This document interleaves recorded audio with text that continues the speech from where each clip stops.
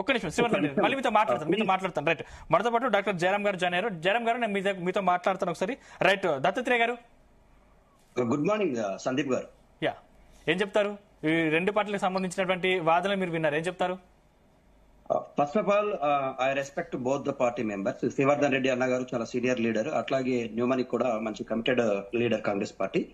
Please kindly debate అనేటువంటిది కొంత వినే వాళ్ళకి మంచిగా ఉండాలి. మనం ఏది చెప్పినా కూడా 1 by 1. ఇప్పుడు శ్రీవర్ధన్ అన్న మీరు మాట్లాడుతున్నప్పుడు వెయిట్ చేశాడు, మీరు పాయింట్స్ రాసుకోండి. న్యూమన్ గారు ప్లీజ్ నోట్ డౌన్ యువర్, అంటే మీకు ఏమైనా ఆబ్జెక్షన్స్ ఉంటే నోట్ డౌన్ చేసుకొని చర్చ చాలా సాఫీగా సాగాలి. ఆబ్జెక్షన్ అనేటువంటిది ఇది ఒక రోజు నుంచి వస్తున్నటువంటిది కాదు. ఎలక్షన్ కమిషన్ అనేటువంటిది 324 ఆర్టికల్ తో ఏర్పాటైన నుంచి నేటి వరకు 1950 తర్వాత దేశంలో జరిగినటువంటి చాలా సంస్కరణలో ప్రధానమైనటువంటి భూమిక పోషించాల్సినటువంటి బాధ్యత. ఒకసారి ఎలక్షన్ కోడ్ అమలైన తర్వాత ఒక రాష్ట్రంలో ప్రభుత్వ ఆధీనంలో ఉన్నటువంటి సంస్థలన్నీ కూడా ఎలక్షన్ కమిషన్ ఆధీనంలోకి వస్తాయి.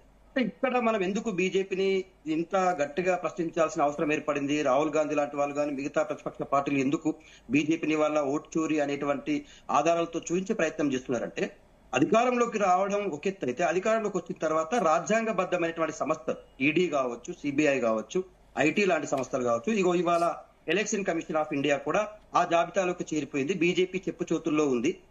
బీజేపీ ఎట్లా చెప్తే అట్లా ఎలక్షన్ కమిషన్ లో మార్పులు జరుగుతా ఉన్నాయి. ఎందుకు అంటే రాహుల్ గాంధీ గారు ఒక ఆరోపణ చేసిన తర్వాత ఓట్ చోరీకి ఆధారాలను సేకరించి 6 నెలల తర్వాత రీసెర్చ్ చేసి కొన్ని ఎవిడెన్సెస్ ప్రొవైడ్ చేసే ప్రయత్నం చేసి పవర్ ప్లాంట్ ప్రజెంటేషన్ చేసిన తర్వాత ఇవాళ 1 ఆగస్టు నుంచి సుప్రీంకోర్టు ఆదేశాల మేరకు మేము 20 సంవత్సరాల క్రితం ఉన్నటువంటి ఓటర్లను తొలగిస్తున్నాం. ఎంతమందిని తొలగిస్తున్నామంటే 22 లక్షల మందిని తొలగిస్తున్నామని ప్రకటించడం. గుమ్మడికాయల దొంగ ఎవరంటే భుజాలు తడుపుకున్నట్టుగానే ఉంది ఈసీఐ యొక్క వ్యవహారం. ఎందుకంటా ఉన్నామంటే బీజేపీ వాళ్ళకి కావాలి. ఇంకో విషయం, మిషన్ రీడబుల్ జాబితా. ఏదైనా ఒక ఎన్నిక జరిగినప్పుడు ఈవీఎంస్ ద్వారా ఎన్నికలు జరుగుతున్నప్పుడు ఒక మిషన్ ఎన్ని ఓటర్స్ ని రీడింగ్ చేసింది, ఏ ప్రాతిపదికన, ఏ పార్టీల వైజ్ గా మనకు ఒక రిసిప్ట్ వస్తా ఉంది కదా. వచ్చినప్పుడు అందులో ఏ పార్టీకి ఓటేసామో ఒక వ్యక్తికి తెలిసిపోతుంది. అది ఆయన చేతికి రాకపోయినా కూడా వేసిన వెంటనే అక్కడ పడిపోతుంది. కానీ కొంతమంది అభిప్రాయం ప్రకారం ఇప్పుడు ఎవరైతే ఓటర్లకు సంబంధించినటువంటి డాటా సేకరించిన తర్వాత ఫలానా పార్టీ గెలుస్తుంది అని చెప్పడానికి ఆస్కారం లేకుండా పోయింది.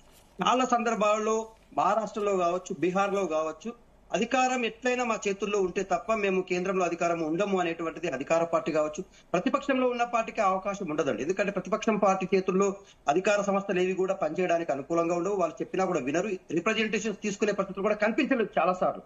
కాబట్టి దీన్ని బీజేపీ ఎట్లా నిరూపించుకోగలుగుతుంది, ఎట్లా చేయగలుగుతుంది? ఇదొక ఓన్లీ కాంగ్రెస్ పార్టీ చేస్తున్న ఆరోపణ మాత్రమే కాదు. దేశవ్యాప్తంగా ఉన్న ప్రాంతీయ పార్టీలు, దేశంలో ఉన్నటువంటి మిగతా జాతీయ పార్టీ హోదా పొందినటువంటి ఆమ్ ఆద్మీ పార్టీ కావచ్చు, అక్కడ ఉన్నటువంటి తృణమూల్ కాంగ్రెస్ పార్టీ వెస్ట్ బెంగాల్లో కావచ్చు, మహారాష్ట్రలో ఉన్నటువంటి 2 శివసేనల్లో మనం చూసాం. శివసేన కూడా ఇప్పుడు ఉద్ధవ్ ఠాక్రే శివసేన కూడా ఇదే విషయాన్ని స్పష్టంగా చెప్తా ఉంది. After parliament elections, before assembly elections 1 కోటి ఎన్నికల ఓట్లు అనేటువంటివి చేర్చడం జరిగింది. ఇది దేనికి ప్రాతినిధ్యంగా చేర్చారు, ఎట్లా చేర్చారు? దేశం మొత్తంలో 20 సంవత్సరాల్లో 22 లక్షల ఓటర్లని తొలగిస్తే కేవలం షార్ట్ పీరియడ్ ఆఫ్ టైంలో ఒక 3 నెలల సమయంలోనే 1 కోటి ఓటర్లు ఎట్లా చేరాడు? దీనికి ఆధారాలు ఏంటి? అసలు ఏ ప్రాతిపదికన ఓటర్లు చేర్చారు? సో నేనేమంటున్నానంటే ఏది ఏమైనా కూడా ఎన్నికల కమిషన్ కూడా ఇవాళ ప్రజా కోర్టులో ఒక ముద్దాయిగా నిలబడేటువంటి పరిస్థితి ఏర్పడింది. దానికి ఎన్నికల కమిషన్ కూడా సమాధానం చెప్పాల్సిన అవసరం ఉంది. ఎందుకు ఈ ఆరోపణలు పదే పదే వస్తా ఉన్నాయి? దీనికి కారణాలు ఏంటి అనేటువంటిది విశ్లేషించుకోకుండా ఆరోపణలు చేసినటువంటి వ్యక్తులపైన వ్యక్తిగత విమర్శలు చేయడం కరెక్ట్ కాదు.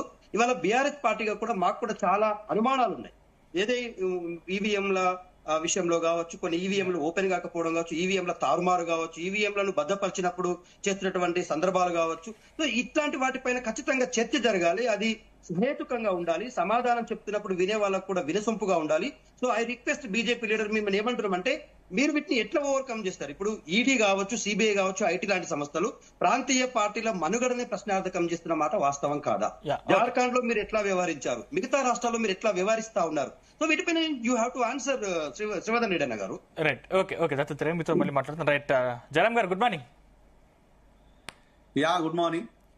ఏం చెప్తారంటే గత కొన్ని రోజులుగా ఈసీపై రాహుల్ గాంధీ గారు ఆరోపణలు చేస్తూ వస్తూ ఉన్నారు. కాకపోతే నిన్న ఈసీ స్పందించింది, మేము ఎవరికి కొమ్ము ఖాయం, ఎవరికి పక్షపాతంగా వ్యవహరించాం, మీ దగ్గర నిజంగా ఆధారాలుంటే 7 రోజుల్లో అఫిడవిట్ దాఖలు చేయండి లేదా దేశానికి క్షమాపణ చెప్పండి. ఇది నిన్న ఈసీ రాహుల్ గాంధీపై చేసినటువంటి వ్యాఖ్యలు. ఏం చెప్తారు? మీకు ప్యానెల్లో ఉన్న మిత్రులకు జీ న్యూస్ ప్రేక్షకులు మరొకసారి నమస్కారాలండి.